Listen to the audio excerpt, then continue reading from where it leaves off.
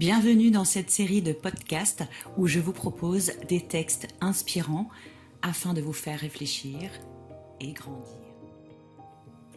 Le point noir. Un jour, une professeure entra dans une classe et demanda à ses élèves de se préparer à une interrogation surprise. Elle distribua une feuille à chaque étudiant et dès le premier regard, chacun constata qu'il n'y avait pas de question. La feuille était blanche, à l'exception d'un point noir en son centre. Malgré le visage confus de ses élèves, la professeure, ne donnant pas d'explication, elle dit simplement ceci. « Vous devez composer une phrase qui décrit ce que vous voyez sur cette page. » Les étudiants, un peu déconcertés, commencèrent ce devoir étrange. Après 10 minutes, la professeure ramassa les copies et commença à lire à haute voix devant toute la classe. Tous les étudiants avaient défini le point noir, plusieurs avaient brièvement décrit sa position au centre de la feuille.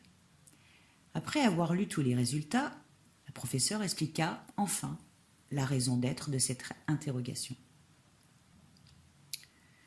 Je ne vais pas vous noter sur cet exercice, je voulais juste que vous réfléchissiez. Dans vos réponses, personne n'a rien écrit au sujet de la page blanche. Tout le monde s'est focalisé sur le tout petit point noir. Et c'est la même chose qui arrive dans votre quotidien. Nous avons tendance à nous concentrer seulement sur le petit point noir de notre vie. Une grippe, une insulte, un manque d'argent, un examen décevant. Mais ces points noirs sont très petits quand on les compare à tout ce que nous avons dans notre vie. Éloignez vos yeux des points noirs de votre vie et prenez conscience de tout ce dont vous bénéficiez. Profitez de chacune de vos satisfactions, de chaque moment positif, de chaque relation, de chaque sourire, de chaque musique. Voyez l'abondance autour de vous.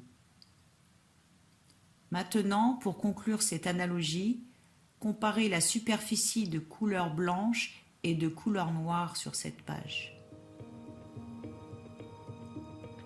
Je suis Aurore Le Breton, sophrologue spécialisée dans la gestion du stress et du sommeil et j'accompagne les femmes dévouées à leur travail à reprendre soin d'elles afin qu'elles soient actives tout en étant sereines.